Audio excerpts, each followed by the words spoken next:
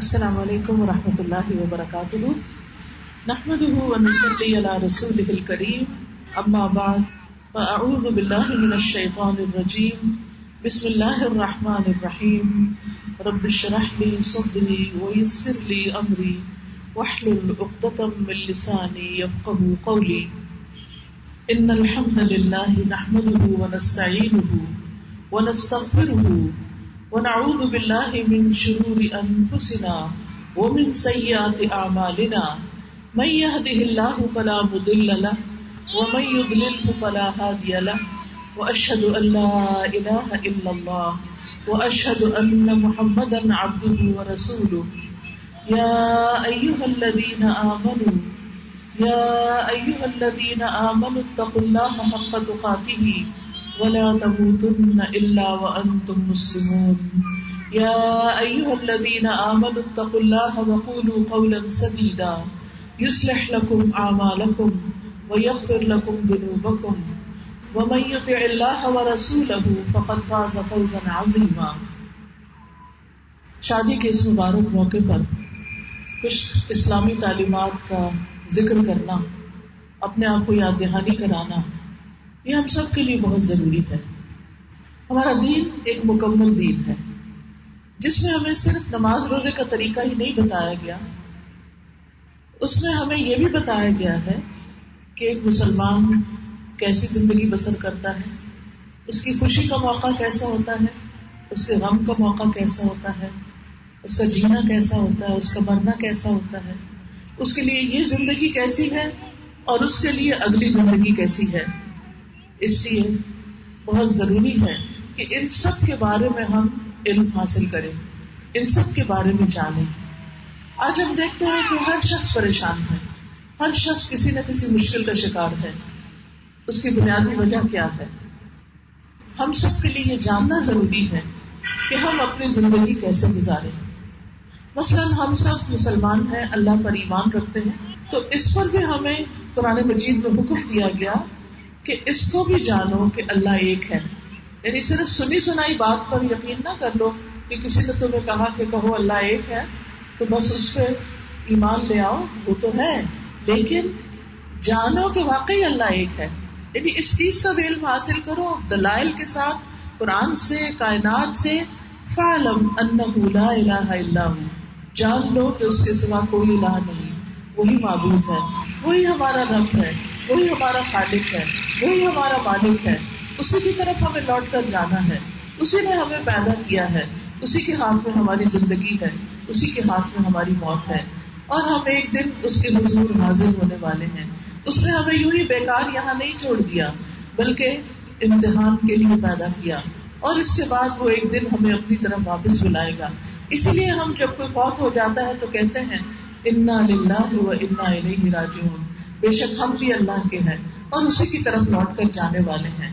تو یہ ایک بات یقینی بات ہے کہ ہم سب کی واپسی اللہ کی طرف ہے، لہٰذا اس بات کو میک شور کرنا چاہیے کہ اس زندگی میں ہم وہ کام کریں جس سے ہم اپنے رب کو راضی کر سکیں، جس سے وہ خوش ہوتا ہو، کیونکہ انسان قدرتی طور پر ان کاموں کو کرنے کی کوشش کرتا ہے جس میں اس کی اپنی ذات کی خوشی ہوتی ہے، اپنا مزہ ہوتا ہے، وہ اس کو پریفر کرتا ہے کہ مجھے کیا اچھا لگتا ہے۔ لیکن ایک مومن یہ دیکھتا ہے کہ میرے رب کو کیا اچھا لگتا ہے، اس کو کیا پسند ہے، کیونکہ مومن اپنے رب سے ہر چیز سے بڑھ کر محبت کرتا ہے، تو جس سے محبت ہوتی ہے اس کی خواہش کا بھی خیال ہوتا ہے، اور یہ دیکھا جاتا ہے کہ وہ ہم سے کیا چاہتا ہے۔ تو آئیے دیکھتے ہیں کہ شادی کے موقع پر، شادی شدہ زندگی میں، ہسبینڈ وائف کے آپس کے ریلیشن میں ہمارا رب ہم سے کیا چاہتا ہے۔ سب سے پہلے جو آیات میں نے آپ کے سامنے پڑھی، یہ خطبہ نکاح کی آیات ہیں۔ خطبہ نکاح اللہ سبحانہ وتعالیٰ کی حمد و ثنا سے شروع ہوتا ہے۔ ان الحمد للہ، بے شک ہم تعریف اللہ ہی کی ہے، یعنی جس نے ہمیں یہ ساری نعمتیں دی۔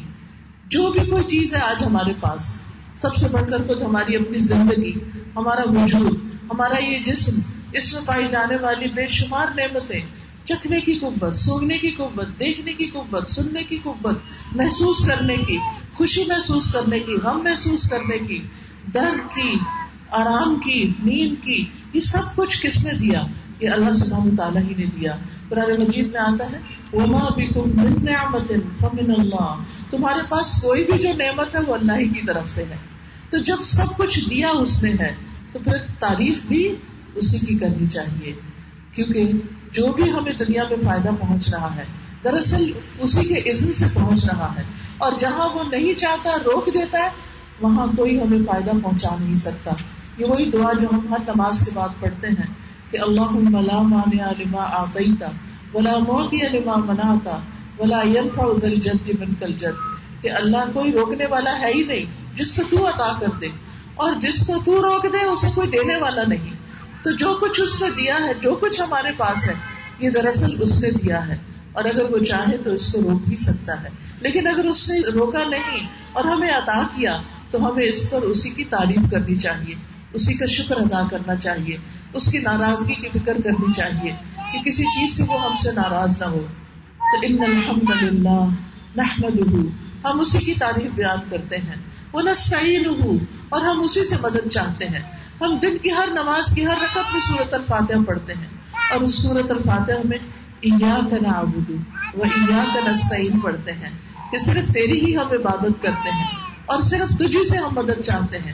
ہمارے کوئی بھی کام ہو، کوئی بھی مشکل ہو، کوئی بھی تکلیف ہو، دکھ ہو، بیماری ہو، رنج اور الم ہو، ان سب چیزوں میں مدد اسی سے مانگی جانی چاہیے، اور سب سے پہلے اس کی طرف رجوع کرنا چاہیے.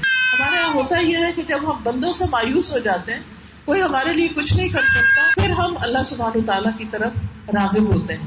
حالانکہ ہونا یہ چاہیے کہ جب ہمیں کوئی مشکل آئے تو سب سے پہلے ہمارا دھیان اللہ ہی کی طرف جائے. جیسے صحابہ کرام کے بارے میں آتا ہے کہ اگر جوتی کا تسمہ بھی ٹوٹ جاتا تو پہلے اللہ سے مانگتے تھے کہ یا رب تو ہمیں عطا کر، کیونکہ ہر چیز کا مالک وہ ہے. دنیا کا مالک بھی وہی اور آخرت کا مالک بھی وہی، مالک یوم الدین بھی وہی. تو ان الحمد للہ نحمدہ ونستعینہ، اور اس شادی کے موقع پر بھی ہم اسی سے مدد چاہتے ہیں. کتنے اندیشے دل کو لاحق ہوتے ہیں، کیسے کیسے وسوسے آتے ہیں بچوں کے بارے میں کہ شادی تو ہو رہی ہے، پتہ نہیں کیا انجام ہوگا، کیسا ہوگا. سوچ اچھی رکھنی چاہیے، مثبت رکھنی چاہیے، اور اللہ سے دعا کرتے رہنا چاہیے، کیونکہ ہر چیز کی حفاظت کرنے والا وہی ہے. ولا یؤودہ حفظہما وہو العلی العظیم، اور اس کو آسمانوں اور زمینوں کی، ان دونوں کی حفاظت تھکاتی نہیں. ہمیں تو اگر کسی بچے کی تھوڑی سی نگرانی کرنی پڑے، اپنے ہی گھر کی حفاظت کرنی پڑے، ہم اس سے بھی تھک جاتے ہیں. کہا یہ کہ پوری کائنات کی حفاظت، تو یہ حفاظت بھی اللہ رب العزت ہی کر رہا ہے. ہماری زندگیوں کی، ہمارے مال اولاد کی، ہمارے بچوں کی، ہمارے بچوں کے مستقبل کی، ان سب چیزوں کی حفاظت کرنے والا دراصل وہ ہے. ہمارے لیے ہمارا فریضہ کیا ہے؟ ہمارا فریضہ یہ ہے کہ ہم اپنے تعلقات اللہ تعالیٰ سے درست کر لیں، ہم اس کی عبادت کرنے والے ہوں، اس کو راضی کرنے والے ہوں، اس کو خوش کرنے والے ہوں، اور باقی ہم اپنے تمام معاملات اس کے سپرد کر دیں. تو ان الحمد للہ نحمدہ ونستعینہ ونستغفرہ، اور ہم اسی سے بخشش مانگتے ہیں. حقیقت یہ ہے کہ ہمارے راستے میں ہمارے اپنے ہی گناہ ہرڈل بنتے ہیں، ہماری ہی کمی کوتاہی ہمارے لیے رکاوٹ بن جاتی ہے. اللہ کی طرف سے رکاوٹیں نہیں آتی، رکاوٹیں ہمارے نفس کی طرف سے آتی ہیں، ہمارے گناہوں کی وجہ سے آتی ہیں. تو اللہ تعالیٰ نے اس کا حل بھی ہمیں بتا دیا کہ تم کیا کرو، نستغفرہ، ہم اس سے بخشش مانگتے ہیں، اپنے گناہوں کی معافی مانگو. سورۃ نوح میں آتا ہے فَقُلْتُ اسْتَغْفِرُوا رَبَّكُمْ إِنَّهُ كَانَ غَفَّارًا يُرْسِلِ السَّمَاءَ عَلَيْكُمْ مِدْرَارًا وَيُمْدِدْكُمْ بِأَمْوَالٍ وَبَنِينَ وَيَجْعَلْ لَكُمْ جَنَّاتٍ وَيَجْعَلْ لَكُمْ أَنْهَارًا مَا لَكُمْ لَا تَرْجُونَ لِلَّهِ وَقَارًا. کہ میں نے اپنی قوم سے کہا، نوح علیہ السلام نے، کہ تم اپنے رب سے معافی مانگ لو. استغفروا ربکم انہ کان غفارا، وہ بہت زیادہ معاف کرنے والا ہے، بخشش فرمانے والا ہے، تمہارے گناہوں کو ڈھانپ دینے والا ہے. اور اگر تم ایسا کرو گے تو تمہیں کیا کچھ ملے گا؟ یرسل السماء علیکم مدرارا، تم پر آسمان سے خوب بارشیں برسائے گا. ویمددکم باموال وبنین، اور تمہیں مال اور بیٹوں سے نوازے گا. یعنی مال میں فراخی، دولت میں اور رزق میں فراخی، وہ بھی انسان کے گناہوں کی وجہ سے اس میں رکاوٹ آتی، اور جب انسان توبہ کرتا ہے تو وہ رکاوٹیں ہٹنے لگتی. ہمارے راستے میں جب کوئی مشکل پیش آتی ہے تو ہم کہتے ہیں فلاں کی نظر لگ گئی، فلاں نے بندش کرا دی. نہیں، لوگ ہمارا کچھ نہیں بگاڑ سکتے، اگر اللہ ہمارے ساتھ ہے. اور اللہ ساتھ کیسے ہوتا ہے؟ کہ ہم اس کو راضی کرنے والے ہوں, اس سے دعائیں کرنے والے ہوں. لہٰذا اسی آیت میں آگے آتا ہے کہ وَيَجْعَلْ لَكُمْ جَنَّاتٍ وَيَجْعَلْ لَكُمْ أَنْهَارًا, کہ تمہارے لیے باغات پیدا کرے گا اور تمہارے لیے نہریں جاری کر دے گا. مَا لَكُمْ لَا تَرْجُونَ لِلَّهِ وَقَارًا, تمہیں کیا ہے کہ تم اللہ کے لیے کسی وقار کی توقع نہیں رکھتے, یعنی اس کو وہ آنر نہیں دیتے, اس کو وہ مقام نہیں دیتے, اس کو اس قابل نہیں سمجھتے کہ سب کچھ کرنے والا وہ ہے. حقیقت یہ ہے کہ ہم اللہ سبحانہ تعالیٰ کا حق ادا نہیں کرتے, ہم اس کو وہ مقام دیتے نہیں جو دینا چاہیے. ایک تو یہ ہے کہ صرف نماز کے وقت ہم اس کی طرف رجوع کر لیں, یہ کافی نہیں. زندگی کے ہر موقع پر, زندگی کی چاہے خوشی ہو, دکھ ہو, سکھ ہو, شادی ہو, غمی ہو, کچھ بھی ہو, ہر موقع پر اسی کی طرف پلٹ پلٹ کر جائیں. اور وہ ہے نا, ہم بچوں کو جب کوئی مشکل پیش آئے تو یہ نہ کہیں کہ میں ہوں نا, نہیں میں کیا چیز ہوں, میں تو بہت ہی کمزور ہوں. ہمیں کہنا چاہیے اللہ ہے نا, اللہ سے مانگو, اللہ کی طرف رجوع کرو. جس کا مالک اس کا رب ہے, اللہ ہے, اس کو کسی بھی چیز کی کمی نہیں ہو سکتی. ہمارے مانگنے میں کمی ضرور ہو سکتی ہے, اس کے دینے میں کمی نہیں ہو سکتی.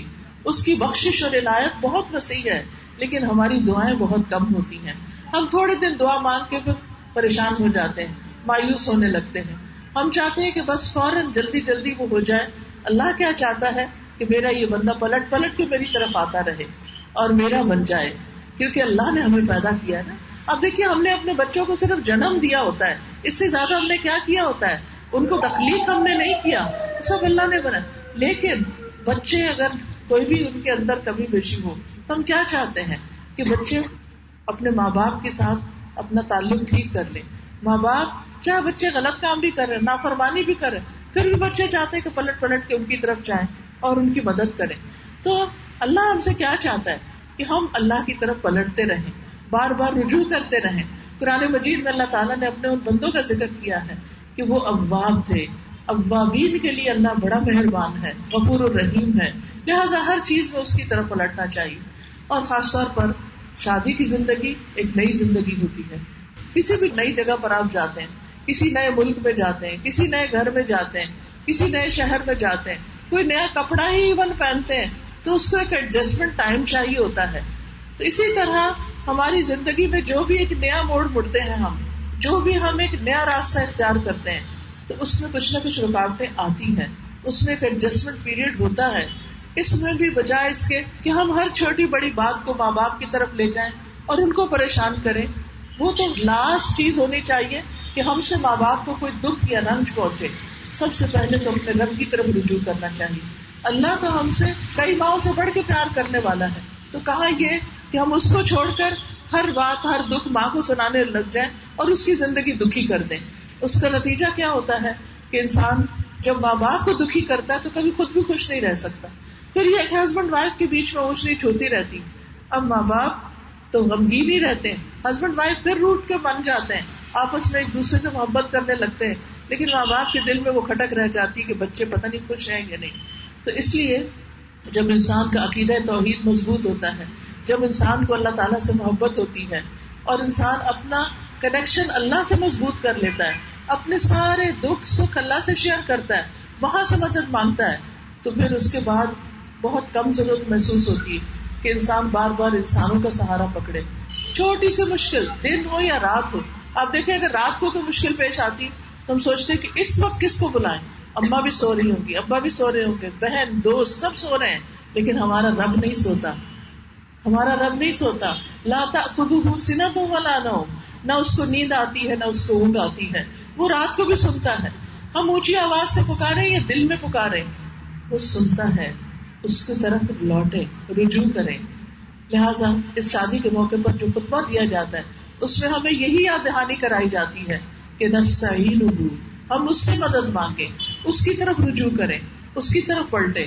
پھر اس کے بعد ہم دیکھتے ہیں کہ خطبہ نکاح میں کلمہ شہادت ہے, اشہد ان لا الہ الا اللہ اشہد ان محمد رسول اللہ, ایمان کی تجدید کی جاتی ہے ایک طرح سے. پھر اس کے بعد 3 آیات ہیں جن میں تقویٰ کا حکم دیا گیا ہے. تقویٰ کیا ہے؟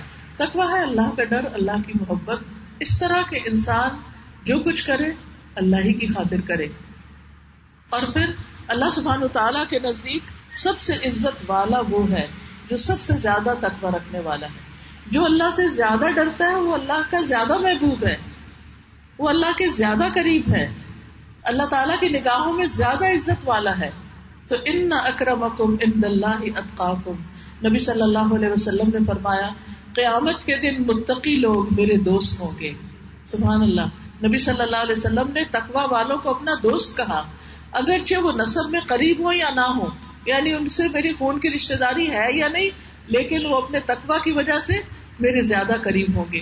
اور حقیقت یہ ہے کہ تقوی ہر نیکی کی جڑ ہے.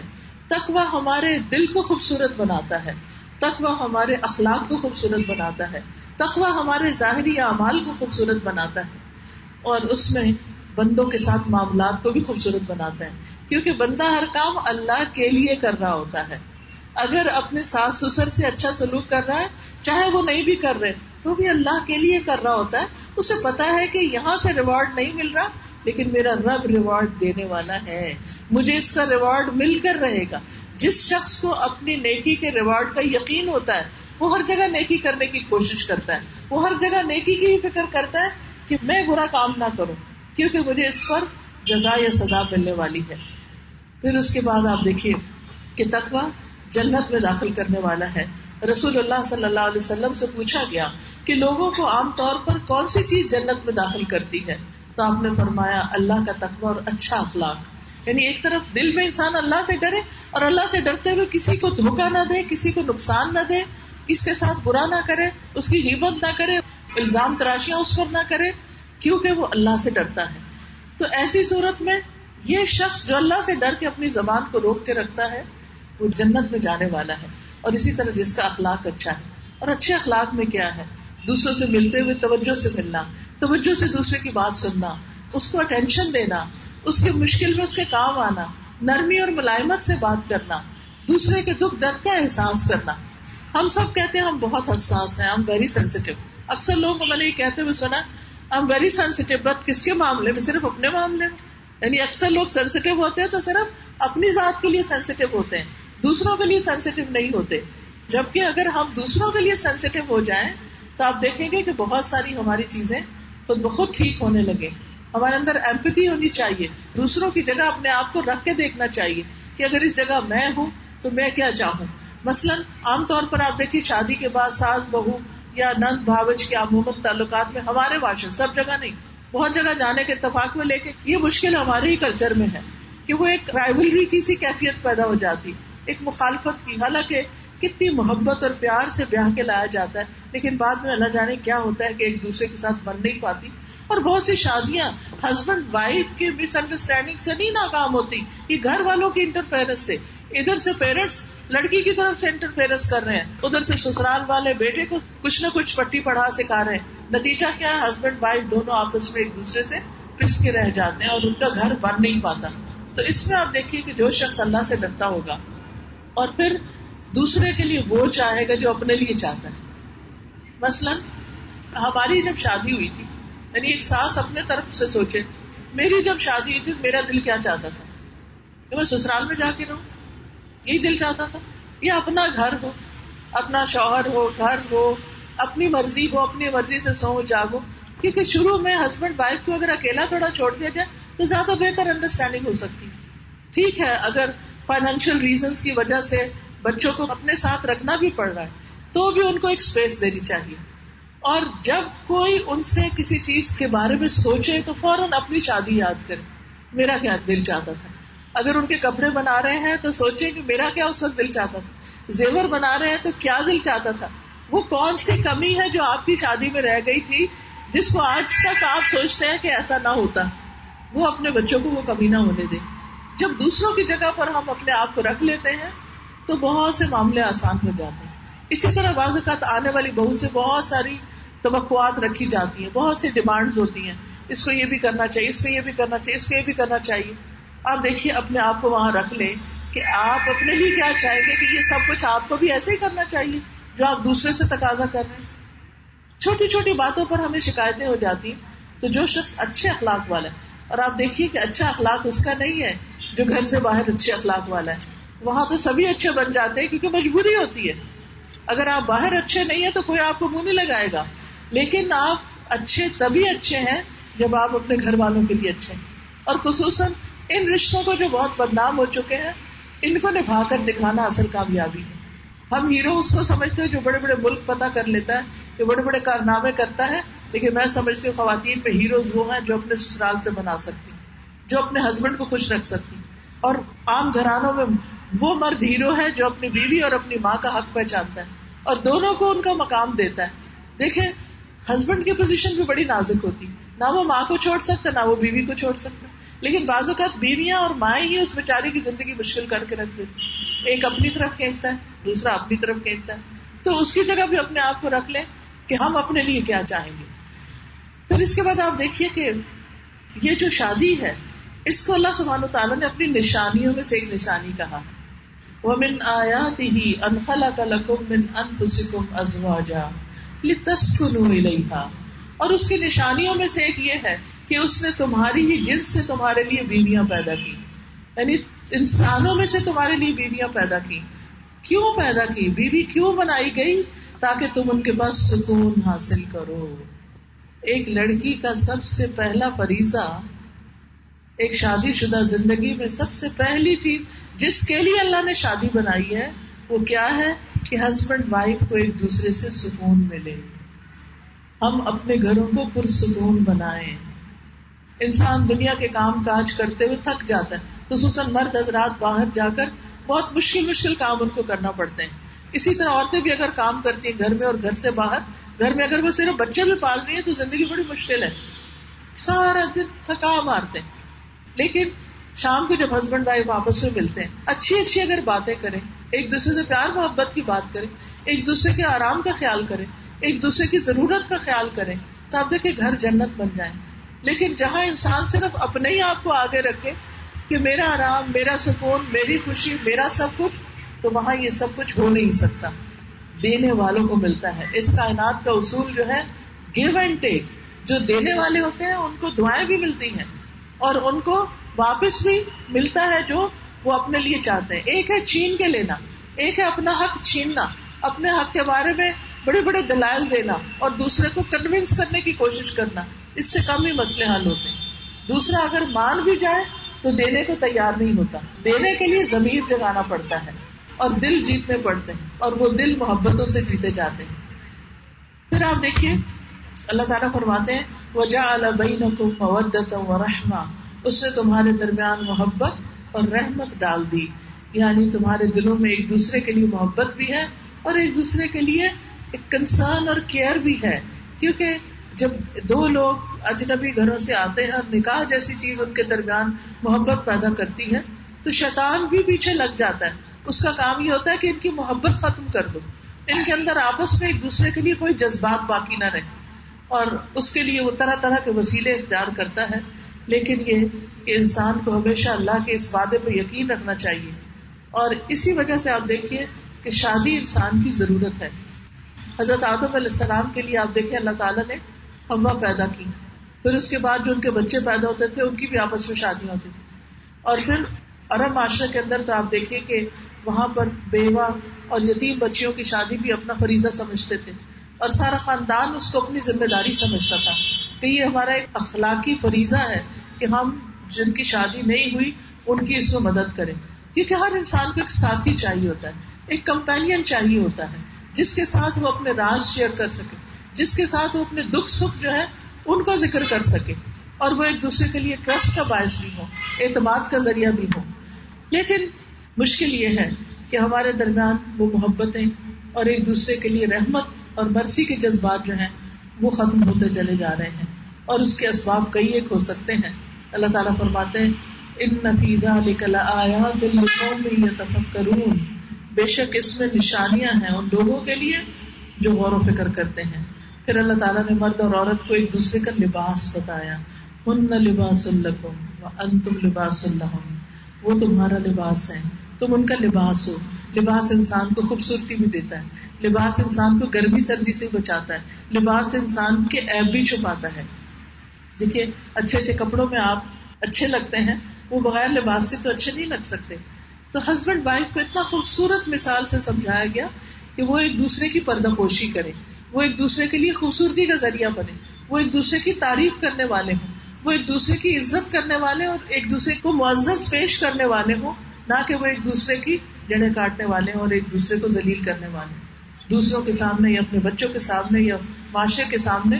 تو یہ اسی وقت ہو سکتا ہے کہ جب دونوں اگر کوئی اختلاف ہے بھی تو اکیلے میں آپس میں نپٹا لیں، پیرنٹس کے سامنے، فیملی کے سامنے، لوگوں کے سامنے، سوشل میڈیا پر ایک دوسرے کے لیے تماشا نہ بنے، کیونکہ اللہ نے لباس بنایا اور جو اس لباس کو تار تار کرے گا اللہ اس کو چھوڑے گا نہیں.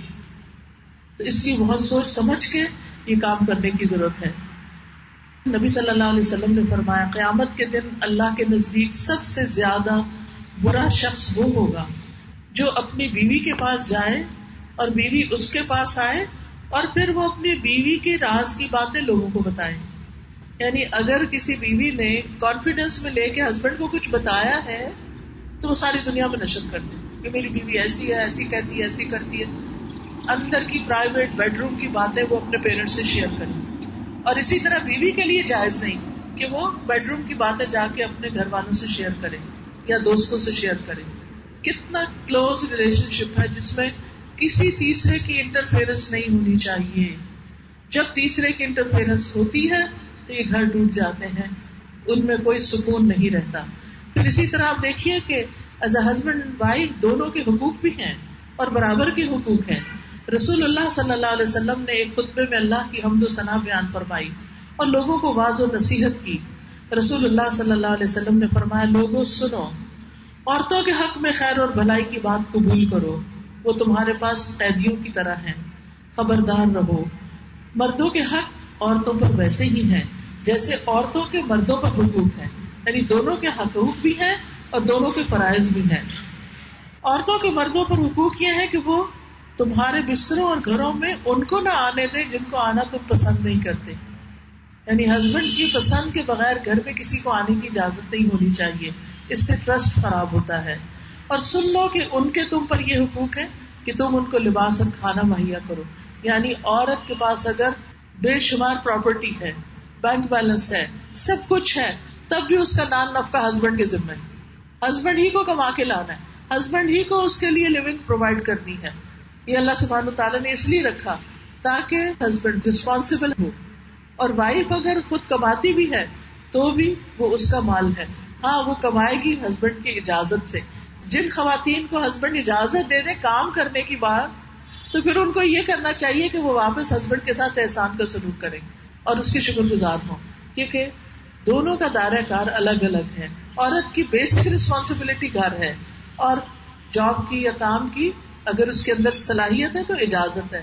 لیکن اگر اس کا گھر متاثر ہو رہا ہے تو اس کی primary and first and foremost duty ہے کہ اپنے گھر کو جنت کا نمونہ بنائے. اور اس کے بعد اگر اس کے پاس وقت ہے، اور اب تو الحمدللہ آپ دیکھیں کہ اس آن لائن دنیا میں گھر کے اندر رہ کے بہت سے بزنس اور بہت سے کام کیے جا سکتے ہیں جس میں انسان ریلیکس ہو کے اپنا کام بھی کر سکتا ہے، گھر کا بھی کر سکتا ہے. اور اگر اللہ نے عورت کو ذہن دیا اور ایک کام کی صلاحیت دی ہے تو وہ دوسرا کام بھی ساتھ ساتھ کر سکتی ہے، اس سے منع نہیں کیا گیا. لیکن ہسبینڈ اور بچوں کے حقوق مار کے نہیں کرنا چاہیے، اس سے اس کی اپنی زندگی حرام ہوتی، اس کی اپنی خوشی چلی جاتی. آپ دیکھیں ساری دنیا کو آپ خوش کر لیں، اگر آپ کا ہسبینڈ ہی خوش نہیں تو گھر میں کیسے خوشی ہو سکتی؟ آپ سب کو خوش کر لیں لیکن آپ کے بچے ہی آپ کے نہیں تو گھر میں کیسے خوشی ہو سکتی؟ یہ ہماری بیسک نیڈ ہے کہ ہمارے جو کلوز فیملی سرکل ہے اس کے ساتھ ہماری ٹائز جو ہے وہ مضبوط ہوں، چاہے وہ رشتے دار ہوں، چاہے وہ گھر کے بچے ہوں. لہٰذا بیوی اور شوہر کا جو آپس کا رشتہ ہے اس میں بھی کچھ ذمہ داریاں بتائی گئی ہیں. بیوی کا شوہر سے رشتہ کیا ہے کہ وہ شوہر کا حق ادا کرنے والی ہو. رسول اللہ صلی اللہ علیہ وسلم نے فرمایا عورت اس وقت تک ایمان کی حلاوت نہیں پا سکتی، ایمان کی مٹھاس اس کو نصیب نہیں ہو سکتی جب تک اپنے شوہر کا حق ادا نہیں کرتی. یعنی شوہر کا حق دینا ایمان کا حصہ رکھ دیا گیا. رسول اللہ صلی اللہ علیہ وسلم نے فرمایا جو عورت 5 وقت نماز پڑھے یعنی اللہ کا حق دے، ماہ رمضان کے روزے رکھے، اپنی شرمگاہ کی حفاظت کرے، اپنے شوہر کی اطاعت کرے، اس سے کہا جائے گا جنت کے جس دروازے سے چاہو داخل ہو جاؤ. یہ عورت کی جنت ہے کہ اپنے رب کی عبادت کے بعد اپنے شوہر کو خوش کرے اور اس کی بات مانے اور اس میں کوئی کسر نہ چھوڑے. پھر شوہر کی مخالفت نہ کرے، یعنی اگر معروف بات میں، صحیح بات میں، درست بات میں وہ کچھ کرنے کو کہہ رہا ہے تو اس کو مان جائے، کیونکہ یہ جو آپس کی ضد، نہیں میں تو یہی کروں گی جو میرا دل چاہتا ہے، مجھے نہیں پرواہ تم کیا چاہتے ہو، نہیں، اس طرح نہیں گھر بنتے. کمپرومائز کرنا پڑتا ہے، کہیں ہسبینڈ کو کمپرومائز کرنا پڑتا ہے، کہیں وائف کو کمپرومائز کرنا پڑتا ہے. لیکن یاد رکھیے عام طور پر لوگوں کی زندگی میں جہاں شوہر ناراض ہوتا ہے دن کو یا رات کو، وہاں زندگی جو ہے وہ اجیرن ہو جاتی ہے. پھر اسی طرح یہ ہے کہ شکر گزاری بڑی ضروری ہے. عورت کے لیے بہت ضروری ہے کہ ہسبینڈ کے ساتھ گریٹفل ہو، چھوٹی سی بھی اس کی طرف سے اگر کوئی ایفرٹ ہو تو اس کو ایکنالج کرے. بعض اوقات ہمیں بہت کچھ ملتا ہے لیکن ذرا سی ہماری بات پوری نہیں ہوتی، ہم کہتے ہیں ہمیں تو یہاں کوئی خوشی نہیں ملی، کچھ ملا ہی نہیں. یہ بہت سخت ناشکری کی بات ہے. نبی صلی اللہ علیہ وسلم نے ایک موقع پہ فرمایا کہ میں نے جہنم میں عورتوں کی اکثریت کو دیکھا. یہ عورتوں کے لیے بڑی پریشان کن بات تھی. پوچھا گیا کہ کس وجہ سے؟ تو آپ نے فرمایا کہ وہ شوہروں کی ناشکر گزار ہوتی، تھینک فل نہیں ہوتی. سب کچھ دیا لیکن چھوٹی سی بات پہ ناراض ہو گئے اور کہا کچھ بھی نہیں دیا. یعنی دوسرے کے کیے کرائے پہ پانی پھیر دینا، یہ نہیں ہونا چاہیے. یہ حدیث ہے بڑی سخت، لیکن اس لیے بتا دینا چاہتی ہوں کہ اگر ہماری زندگی میں ایسی کوئی کمی پیشی ہے تو ہم اس سے بچنے والے ہوں، باز آنے والے، رکنے والے ہوں. ابھی ہم نے اچھی بیوی کی خصوصیات پڑھی اور اب ہم اچھے شوہر کی باتیں بھی کریں گے کہ اچھا شوہر کون ہوتا ہے، کیونکہ تالی دو ہاتھ سے بجتی ہے نا. صرف ایک شخص کو بتا دیا جائے تمہارے یہ فرائض ہیں، تمہیں ایسا ہونا چاہیے، جیسے ہمارے معاشرے میں ہوتا ہے کہ لڑکی کو تو خوب سمجھا دیا جاتا ہے، وہ بیچاری ابھی سر اٹھاتی نہیں تو اس کو سمجھانا شروع کر دیا جاتا ہے کہ دیکھو اگلے گھر جا کے یہ نہیں کرنا، اگلے گھر میں یہ نہیں چلے گا. تو مردوں کو نہیں بتایا جاتا کہ مردوں کی کیا کیا ذمہ داریاں ہیں.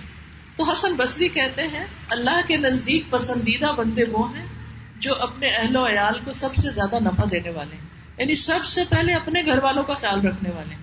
اب دیکھیے بہت سے لوگ باہر بہت اچھے ہوتے ہیں لیکن جب گھر آتے ہیں تو موڈ آف ہو جاتے ہیں، بیوی سے بات نہیں کرتے، یا بات کرتے ہیں تو ڈانٹ ڈپٹ کرتے ہیں.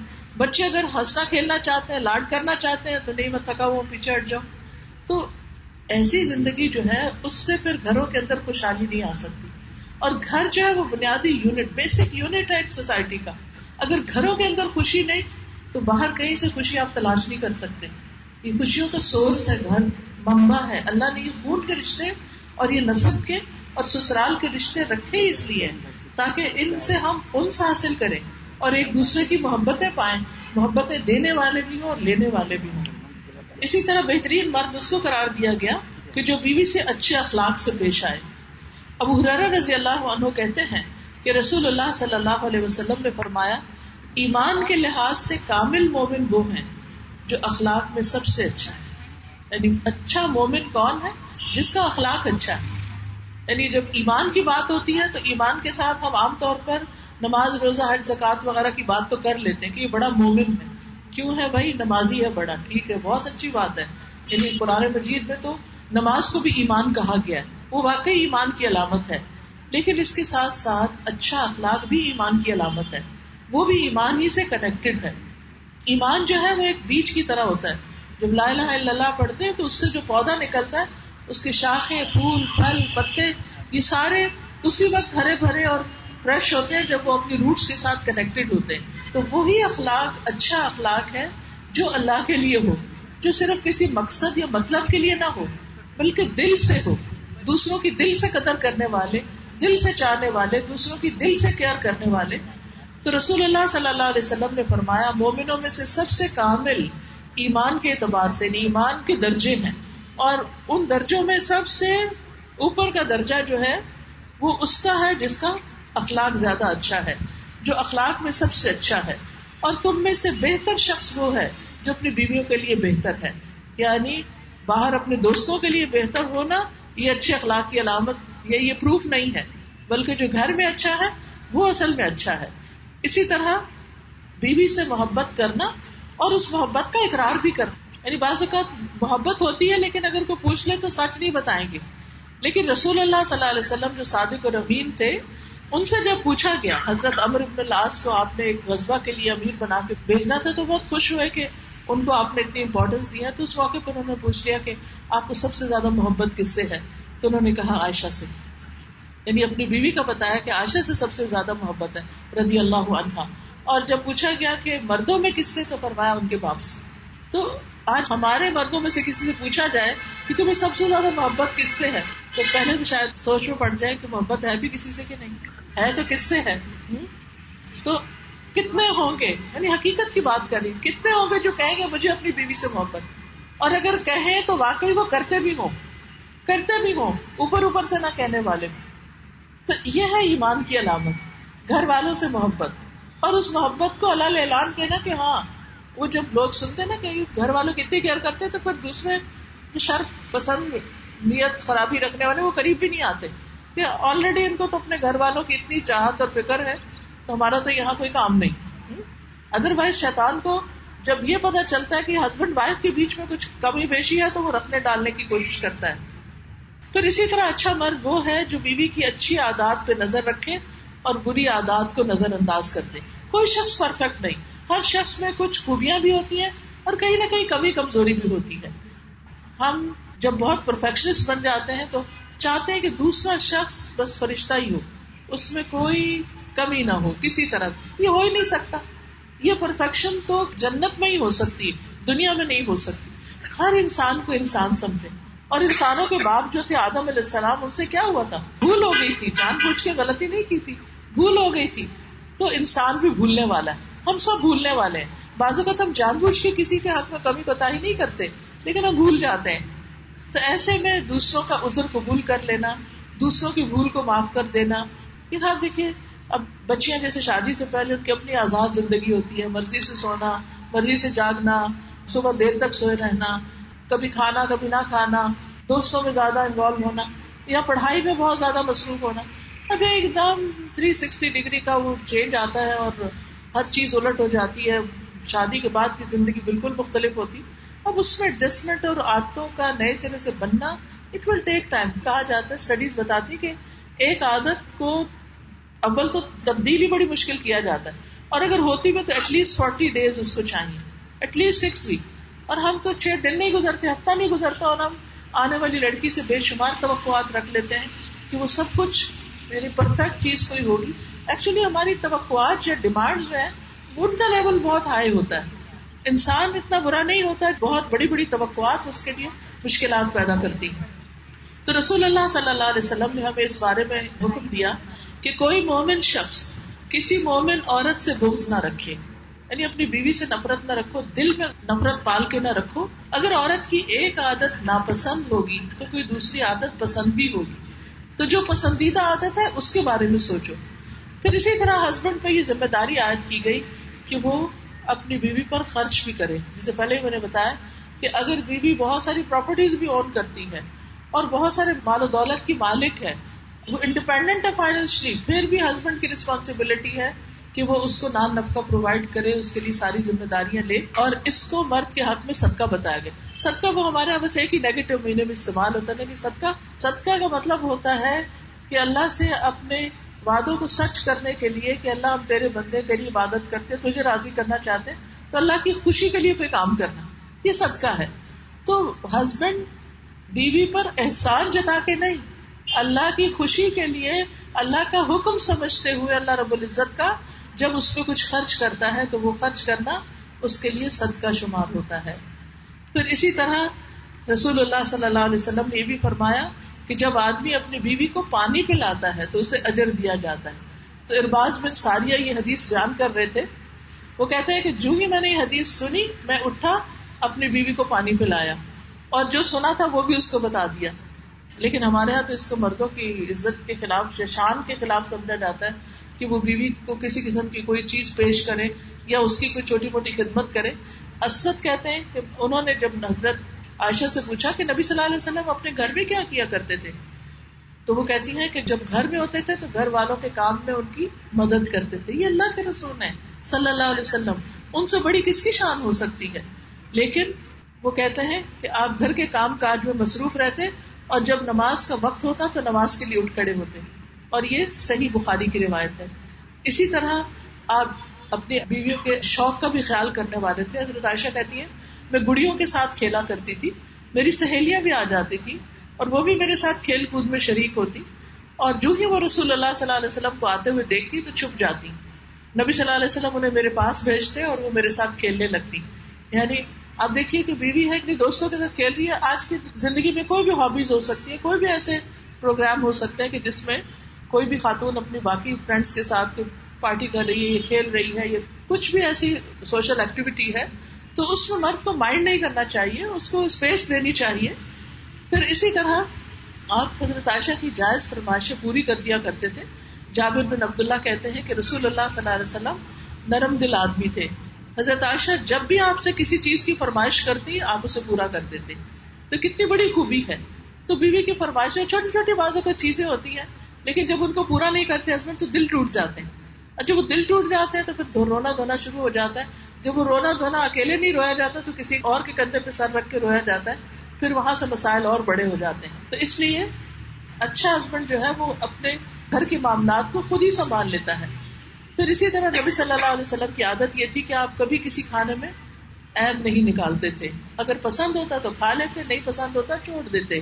لیکن یہ نہیں کہتے تھے یہ کیا پکایا تم نے, یہ کیا کیا تم نے, جس طرح عام طور پر ہماری عورتوں کو تانے ملتے رہتے ہیں. اس طرح کی کوئی چیز آپ صلی اللہ علیہ وسلم کے اخلاق میں نہیں تھی.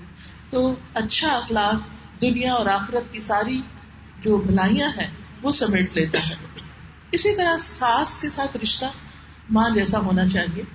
ٹھیک ہے ہماری اصل ماں تو وہ جس نے جنم دیا, لیکن جس نے ہمارے شوہر کو جنم دیا اور اس کو تکلیفیں اٹھا کر دعائیں کر کر کے پالا اور اس کو بڑا کیا اور اسے کسی قابل بنایا, آخر اس کا بھی تو کچھ حق ہے نا. تو اس کے ساتھ محبت والا رشتہ ہونا چاہیے. رسول اللہ صلی اللہ علیہ وسلم نے فرمایا مومن محبت کرتا ہے اور اس سے محبت کی جاتی ہے. اس بندے میں کوئی خیر نہیں جو نہ محبت کرے نہ اس سے کوئی محبت کرے. اور لوگوں میں سے بہترین وہ ہے جو ان کے لیے سب سے زیادہ فائدہ مند ہے.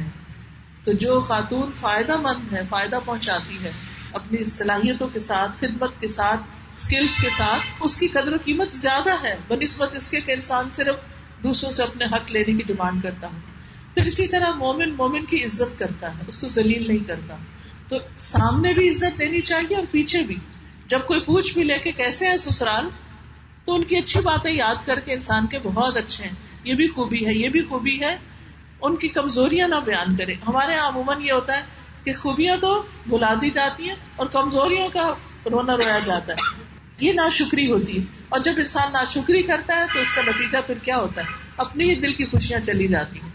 پھر یہ ہے کہ ان کا حق پہچاننا چاہیے. رسول اللہ صلی اللہ علیہ وسلم نے فرمایا جو ہمارے چھوٹوں پر شفقت نہیں کرتا اور بڑوں کا حق نہیں پہچانتا وہ ہم میں سے نہیں. تو بڑوں کی عزت اور چھوٹوں کے ساتھ اچھا سلوک.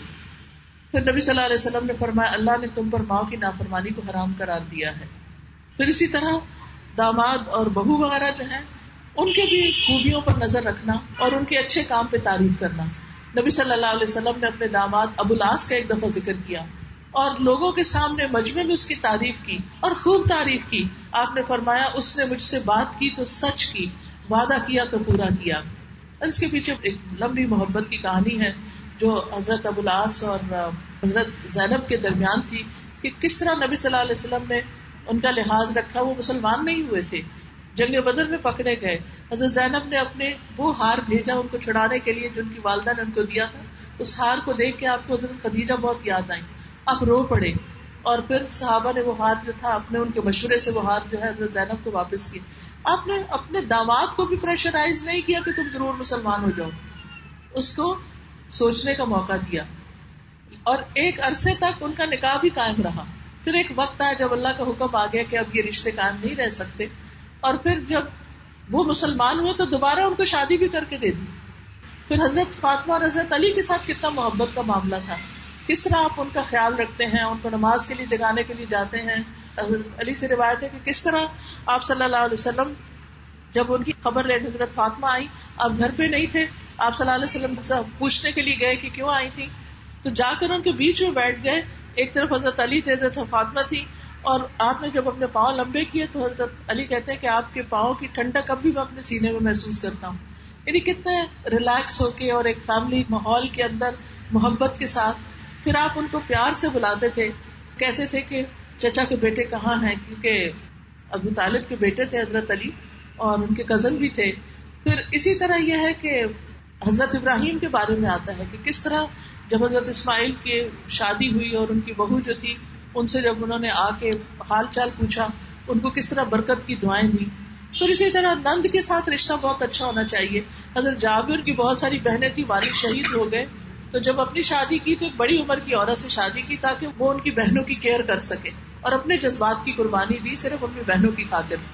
پھر اسی طرح بہن بھائی کے رشتے کو خراب نہیں کرنا چاہیے. یعنی لڑکی کے اوپر بھی ذمہ داری عائد ہوتی ہے کہ وہ شوہر کی بہنوں کی رسپیکٹ کرے اور ان کی چھوٹی چھوٹی باتوں پہ شکایت کر کے تعلقات نہ خراب کرے. دیور کا رشتہ ایسا ہے کہ جس میں احترام ہونا چاہیے لیکن کیئرفل بھی ہونا چاہیے. بعض اوقات وہاں سے ٹرسٹ خراب ہونے کا اندیشہ ہوتا ہے. رسول اللہ صلی اللہ علیہ وسلم نے فرمایا عورتوں کے پاس جانے سے بچو، اور آپ کا مقصد یہی تھا کہ شوہر کی غیر موجودگی میں دیور اور بھابھی کے تعلقات میں وہ فرینکنس نہیں ہونی چاہیے کہ جس سے شوہر کے دل پہ کوئی برا خیال آئے اور بیوی کا تعلق خراب ہو. پھر باقی بھی سارے گھر والے، فیملی، برادری، ان سب کو آپس میں ایک دوسرے سے محبت کرنی چاہیے. رسول اللہ صلی اللہ علیہ وسلم نے فرمایا مومن مومن کا آئینہ ہوتا ہے. ایک مومن دوسرے مومن کا بھائی ہے، اس کے سامان کی حفاظت کرتا ہے اور اس کی غیر موجودگی میں اس کا دفاع کرتا ہے، سامنے بھی پیچھے بھی اس کی عزت کی حفاظت. پھر اسی طرح تحفے تحائف کا تبادلہ. نبی صلی اللہ علیہ وسلم حضرت خدیجہ کی سہیلیوں تک کو تحفے بھیجا کرتے تھے. کچھ بکری وغیرہ ذبح کرتی یا کوئی چیز ہوتی تو اتنا زیادہ خیال رکھتے ہیں، احسان والا رویہ اختیار کرتے ہیں. دیکھیے جہاں ایک طرف ہم اچھا کرتے ہیں نا، وہاں دوسری طرف ہمیں درگزر بھی کرنی چاہیے. چھوٹی چھوٹی چیزوں سے اگنور کر دینا چاہیے، ان کو لے کے بیٹھ نہیں جانا چاہیے. پچھلی ساری سٹوری دوبارہ سے ریوائز نہیں کرنی چاہیے، فلاں موقع پہ یہ کیا، فلاں پہ. بعض اوقات مجھے بڑی حیرانی ہوتی ہے کہ لوگ دوسروں کے برے سلوک کو اتنا میٹیکولسلی یاد رکھتے ہیں. شادی کے پہلے دن یہ ہوا، دوسرے دن یہ ہوا، ہفتے بعد یہ ہوا، مہینے بعد یہ ہوا، سال بعد یہ ہوا، بچہ پیدا ہونے پہ یہ ہوا، فلاں ہوا. اللہ اللہ، اتنی باتیں یاد کیسے؟ یہ بھلائی کیوں نہیں اب تک؟ کیونکہ وہ پہلی یاد ہوتی ہیں، 2-4 اور ساتھ ایڈ آن ہوتی ہے، چلی جاتی ہیں، کبھی تعلق ٹھیک نہیں ہو سکتا. درگزر کرے، معاف کرے، جانے دے، کہ اس میں بھی خیر ہوگی. کوئی بات نہیں، انسان ہے، ہم بھی تو غلطی کرتے ہیں. یعنی بظاہر صبر کڑوا ہے لیکن اس کی مٹھاس بڑی دیر پا ہے. لیکن بے صبری بظاہر وہ بڑا ریلیکسیشن ہوتی ہے انسان کو، لیکن اس کے اثرات بڑے خراب ہیں. اور ان سب چیزوں، رشتوں کو قائم رکھنے کے لیے زبان کی حفاظت اور ایک دوسرے کی عزت آبرو کی حفاظت، بدگمانی نہ کرنا، غیبت نہ کرنا، عیب تلاش نہ کرنا، یہ بڑا ضروری ہے. اور سب سے آخر میں یہ کہ اللہ سے خوب دعائیں، کیونکہ آپ دیکھیے شیطان ہمارا دشمن ہے. ہم اپنی کوششوں سے صرف کامیاب نہیں ہو سکتے جب تک اللہ کی مدد نہ ہو. تو اس لیے بہت ضروری ہے کہ اللہ سے دعائیں کرتے رہیں. حضرت اسما بنت امیس کہتی ہیں کہ رسول اللہ صلی اللہ علیہ وسلم نے مجھ سے کہا کیا میں تمہیں ایسے کلمات نہ سکھاؤں جن کو تم پریشانی کے وقت پڑھا کرو. وہ کلمات ہیں اللہ اللہ ربی لا اشرک بہ شیئا، اللہ اللہ میرا رب، میں اس کے ساتھ کسی کو شریک نہیں کرتی. غم کے وقت انسان اگر یہ جملے دہرانے شروع کر دے تو اس کا غم چلا جائے گا. اسی طرح غم کی اور دعائیں بھی ہیں، اور انسان خصوصاً ربنا هب لنا من ازواجنا وذرياتنا قرة اعین وجعلنا للمتقین اماما، اس کی دعا کرتا رہے. سبحانک اللہم وبحمدک اشہد ان لا الہ الا انت استغفرک واتوب الیک. السلام علیکم ورحمۃ اللہ وبرکاتہ.